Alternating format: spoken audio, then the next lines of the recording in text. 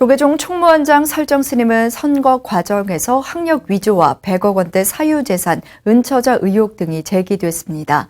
MBC PD수첩이 관련 의혹을 보도하면서 파장은 더욱 커졌습니다. 설정 스님이 40일 넘게 단식을 이어갔고 종단 안팎으로 퇴진 압박이 지속됐습니다.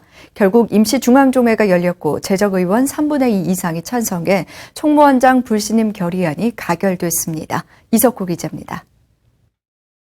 지난해 11월 조계종 제35대 총무원장에 취임한 설정 스님은 각종 의혹에 휩싸였습니다. 학력 위조, 100억대 사유재산, 숨겨둔 아내와 딸이 있다는 은처자 의혹 등이 제기됐는데 학력 위조는 인정하며 참여했고 고건축 박물관은 수덕사에서 인수했습니다. 은처자 의혹에 대해선 거듭 부인했지만 의혹이 쉽게 가라앉지 않았습니다. 지난 5월 MBC PD수첩이 관련 의혹을 보도하면서 설조 스님이 40일 넘게 단식했고 종단 안팎으로 거센 퇴진 압력을 받아왔습니다. 조계종은 친자로 의혹 보도된 전 씨의 친모인 김 씨의 증언 영상을 공개하며 은처자 의혹은 사실이 아니라고 해명했습니다.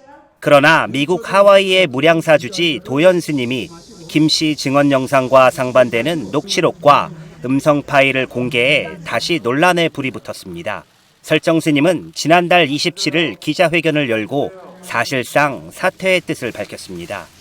조속한 시일에 종단의 안정과 화합을 위한 길을 진중히 모색하여 진정 여부를 결정하겠습니다.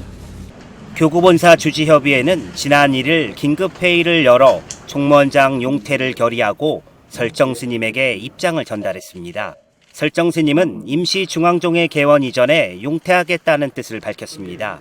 직후 전 씨의 친모 김 씨가 기자회견을 열고 자신의 딸은 설정 스님의 자식이 아니라고 밝혔습니다.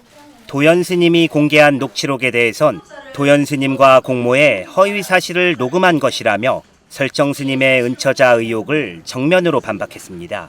도연 스님의 자문에 의하여 글을 큰 대략을 몇 개 정해놓고는 거기에다 살을 붙이는 형식으로 글은 작성이 되었고 그것을 도연 스님께서 들으시면서 수정이 반복되어 하나의 이야기가 완성되었습니다.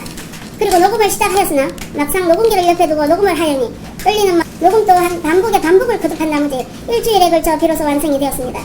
설정 스님은 BTN과 단독 인터뷰에서 종단을 위해 나선 것이 오히려 종단에 해를 끼친 것이 아닌지 가슴이 아프다고 토로하며 떠나는 자리에 분쟁과 시비가 없기를 당부했습니다.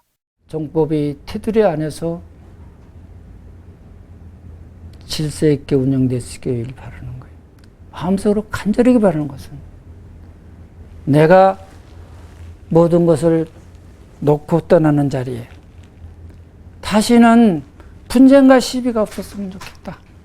이제 본연에 돌아가서 이런 가운데 조계종 종정진제대종사가 설정 스님에게 명예로운 퇴진을 하라고 교시를 내렸습니다.